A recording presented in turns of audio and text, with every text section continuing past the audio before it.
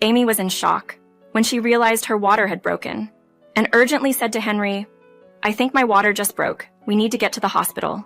Henry, however, seemed unfazed and distastefully responded, "That's disgusting. Just figure out a way to have the baby." Holding a large bag and moving towards the door, he announced, "I'm off on a trip now. Just handle it somehow." Amy couldn't believe what she was hearing. How can he say, "handle it somehow"? I can't possibly go to the hospital by myself in this condition. At the very least, he could call a taxi, she thought. But Henry refused, claiming it was too much of a bother, and questioned if she could just give birth without causing inconvenience to others. Then he left, slamming the door behind him, leaving Amy alone and anxious, cradling her belly. The room felt eerily cold despite her sweating. The thought of her husband leaving her alone in such a crucial moment was beyond her comprehension. She had never envisioned facing such a situation during her pregnancy. The disappointment and resentment towards Henry seemed to solidify into a permanent grudge. Reflecting on her life, Amy, a 26-year-old office worker, recalled marrying Henry, her college mate, immediately after graduation. Despite Henry's local roots and her distant hometown, their desire to stay together overrode the logistics, leading to their marriage. The news of their marriage was well received by Henry's numerous local friends, reflecting their life in a typical regional city, a mix of urban and rural landscapes. Henry's parents were divorced, and his mother, living alone in the suburbs, welcomed Amy warmly into the family. She often shared produce from her garden, endearing herself to Amy and making her appreciate her new family even more. However, Henry's behavior changed after Amy became pregnant. He grew irritable and distant, with his late work hours and frequent business trips reducing their time together. Initially, he showed excitement about the baby, wanting to buy clothes, furniture, and toys suited for older children. His enthusiasm, especially noticeable on the days he worked late and returned home to cook with vigor, was a sharp contrast to his recent indifference. Amy, accustomed to her mother's cooking and now experiencing different food preferences due to her pregnancy, found Henry's meals too rich and often uneatable, gently declining his efforts to avoid waste. She missed the harmony they once shared, now overshadowed by Henry's inexplicable absence at their most critical moment. When Henry reacted angrily to my honest admission about his food not suiting my pregnant body, I was stunned and hurt, especially when he slapped me. I tried to explain that my body was reacting differently because of the pregnancy, but he dismissed my feelings, comparing me to his colleagues who were also pregnant but had no issues. His lack of understanding and compassion left a painful mark, both physically and emotionally. I wanted to defend myself and explain how everyone's pregnancy experience is unique, but I feared escalating the situation.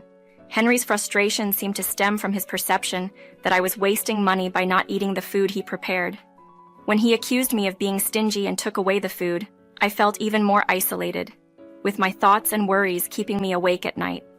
Following this incident, Henry stopped attempting to cook and opted to eat out more frequently, often without informing me, exacerbating our financial strain as he demanded more money for his meals outside.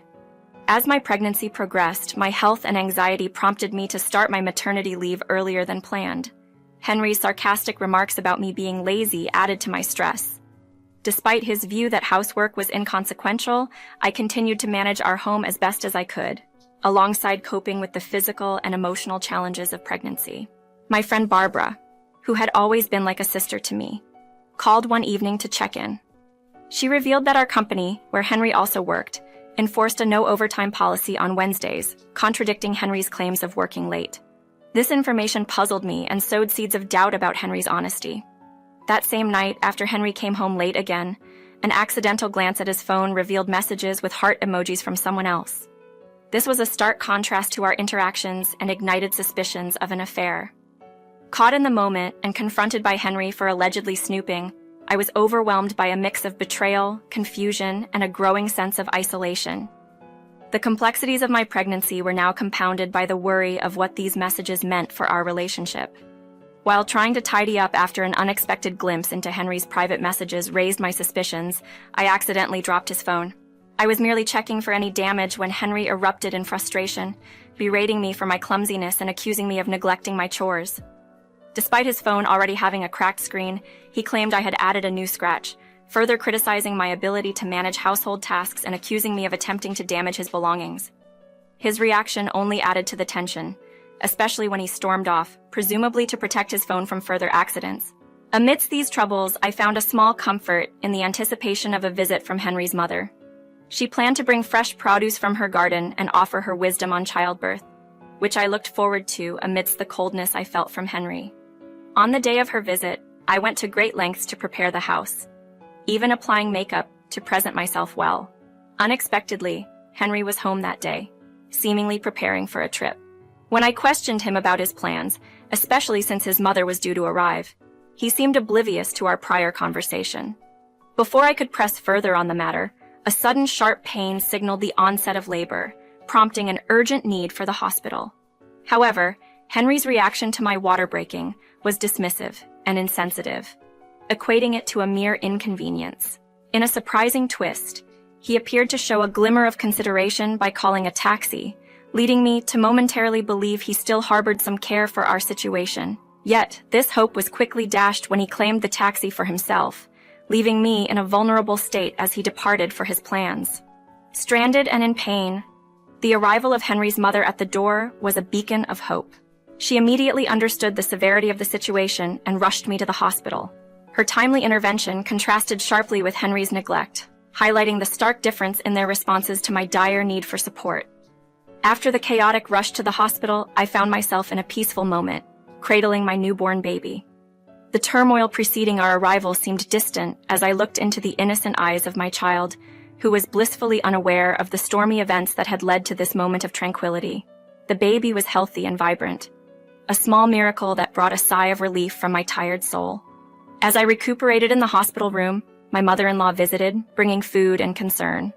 She was puzzled to find me alone, especially after Henry had supposedly taken the day off to be with me. Her shock deepened as I recounted how Henry had left on a supposed trip, right before my labor began, and how he callously told me to handle the birth on my own before abandoning me. Her anger at this revelation was a new side to her I hadn't seen before, her gentle demeanor replaced by rightful indignation. The reality of the situation hit hard the following day when my parents arrived from our hometown. Sharing the full story with them was difficult, and reaching out to Barbara, my close friend and Henry's colleague, brought additional insights. Barbara's reaction to the news was one of fury and concern. She came to visit, despite the usual reservations about visiting so soon after birth, because I had important matters to discuss. During her visit, the conversation took a serious turn. Barbara, hesitant in the presence of my mother-in-law, suggested that I consider divorcee, a heavy recommendation given the circumstances. She then revealed her suspicions about Henry's fidelity, mentioning a colleague named Rachel, with whom Henry appeared unusually close. Barbara had witnessed them together outside of work, hinting at a relationship that went beyond professional boundaries. This potential affair, coupled with his abandonment at a critical time, painted a grim picture of my marriage's future. Both my mother-in-law and Barbara assured me of their support, offering practical solutions and emotional backing. They proposed that I move out of the house I shared with Henry, offering their homes as safe havens. Overwhelmed by their generosity, I accepted my mother-in-law's offer to stay with her temporarily. This transition was not easy. Moving my belongings and adjusting to a new living situation while recovering from childbirth and caring for a newborn was daunting. Yet, the solidarity shown by my mother-in-law and Barbara provided a foundation of support, enabling me to face the challenges ahead with a sense of hope and determination. Their willingness to help, from moving my things to offering a place to stay, underscored the value of the familial and friendship bonds that sustained me through this tumultuous period. Their generosity was a beacon of light during a tumultuous time. My mother-in-law was always delighted to visit her grandchild, and Barbara, who provided invaluable help with the move, showed me a level of kindness and support that was both overwhelming and heartening. The room my belongings were moved into at my mother-in-law's house was not only spacious but also welcoming, a testament to her and Barbara's efforts to make me feel comfortable. During one of our conversations in the hospital, a call from Henry interrupted us.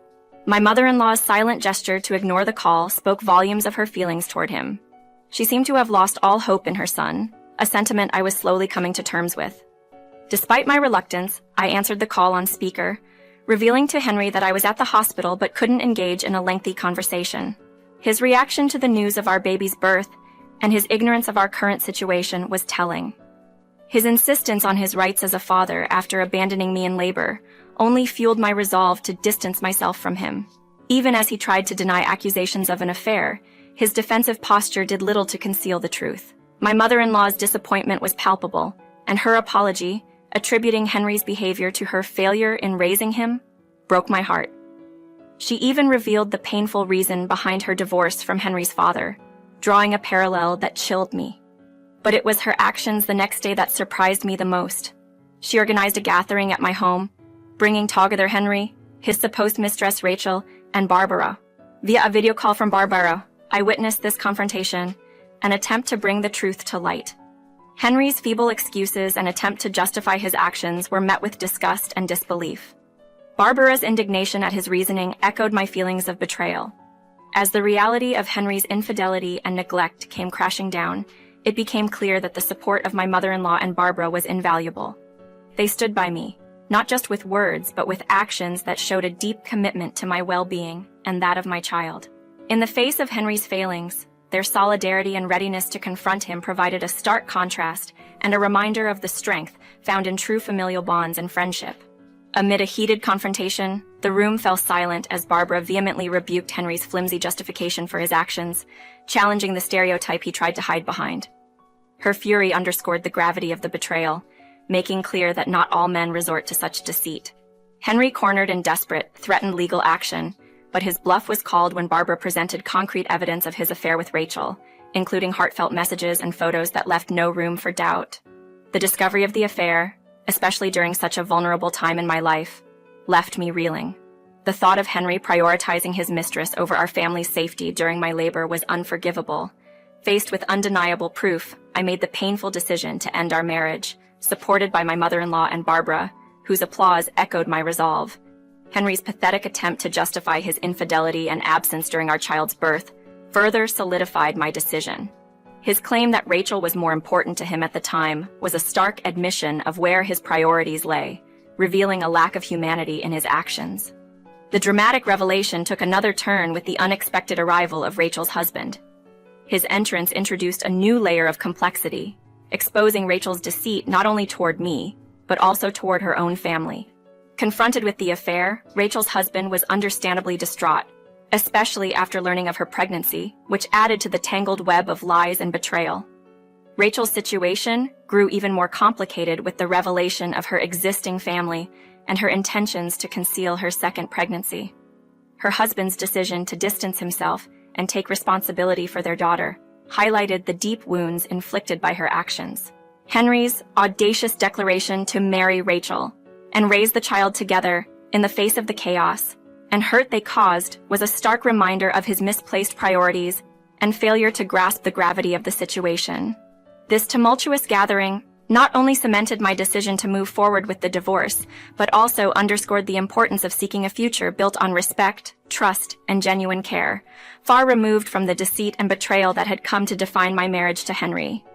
In the heat of a tense confrontation, Rachel's husband strategically introduced divorce papers, a move that momentarily caught Henry off guard. The discussion quickly escalated to matters of child support and asset division, with Henry defensively arguing his financial priorities in the face of his impending responsibilities. The absurdity of his argument, blaming the pregnancy for his desire to continue a carefree lifestyle, was met with disbelief and stern rebukes from those around him, particularly my mother-in-law, who unequivocally withdrew her support for him. As the argument unfolded, it was resolved that I would seek child support from Henry, a decision echoed by Rachel's husband regarding his situation. With the lawyer's contact provided by Rachel's husband, we were prepared to take immediate legal action. My mother-in-law and Barbara stood by as witnesses, their support unwavering. After finalizing the breastfeeding session, I signed the divorce papers, a step that, while daunting, was mitigated by the encouragement of the strong women beside me. I also requested Barbara to disseminate information about Henry's conduct within their professional network. In a community where reputation is pivotal, such revelations were bound to have significant repercussions. The impact of Barbara's actions was swift, reflecting the community's emphasis on integrity. Henry and Rachel, ostracized by their peers and stripped of professional opportunities, faced the consequences of their actions. The isolation extended beyond their professional lives, affecting personal relationships and leading to their eventual departure from the company. Amidst these tumultuous developments, I found solace in the support of my mother-in-law, whose enthusiasm for caring for her grandchild during my maternity leave was infectious. This period also allowed me to engage with nature, fostering a newfound appreciation for the serene environment of our locality. As I prepared to return to work and adapt to life in a new home with my child, the encouragement from my mother-in-law remained a source of strength. Her open invitation to seek her assistance anytime underscored the unwavering support system I had come to rely on. With a hopeful outlook, I was ready to embrace the future, grateful for the lessons learned and the resilience gained through these challenging times.